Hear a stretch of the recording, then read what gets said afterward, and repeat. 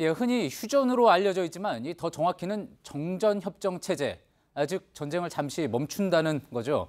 자, 이런 어정쩡한 상황이 한반도에서는 어느덧 65년째입니다.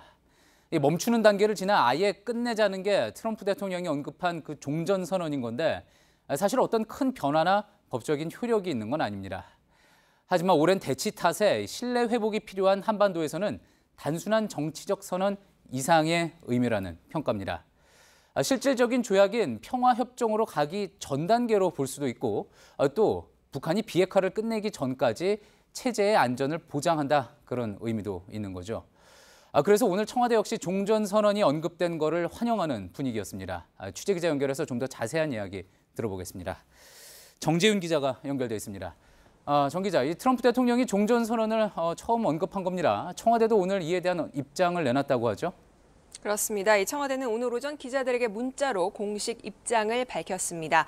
북미 회담으로 향하는 길이 더 넓어지고 탄탄해졌다면서 싱가포르에서 열릴 세기적 만남을 설레는 마음으로 그러나 차분히 지켜보겠다 이렇게 입장을 밝혔습니다.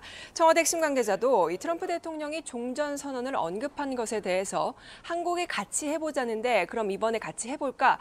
이 문제에 대해서 북한과 미국이 이제 논의를 시작한다는 의미라면서 일단 북한과 미국이 논의를 시작하는 것 자체로도 상당한 진전이다 이런 평가를 내놨습니다. 예, 그렇군요. 자, 그러면 이제 또 궁금해지는 거는 실제 이 때문에 남북미 회담도 싱가포르에서 같이 열릴 것이냐 하는 부분입니다. 청와대 이에 대해서 설명한 게 있었습니까? 일단 청와대는 북미가 이제 막 논의를 시작하는 단계인 만큼 우리 정부 관계자들이 실무회담에 함께 참여할지 여부는 좀 더 지켜봐야 한다는 입장입니다. 즉, 이 남북미 정상회담 여부는 우리가 결정하는 게 아니라 북미 협상 과정에 어떤 결과 나오냐에 따라서 결정이 될 문제이기 때문에 일단 청와대로서는 관련 언급은 좀 자제하는 분위기입니다. 예, 그렇군요.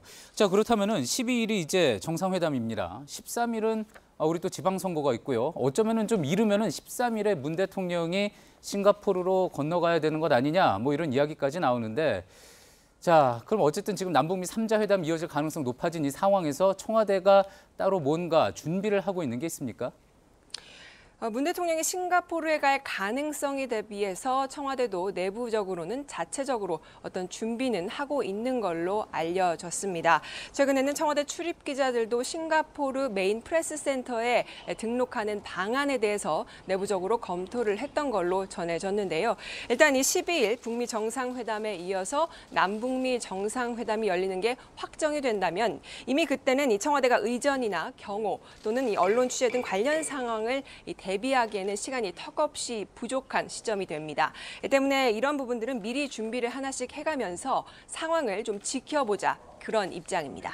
예, 잘 들었습니다. 청와대에서 정재윤 기자였습니다.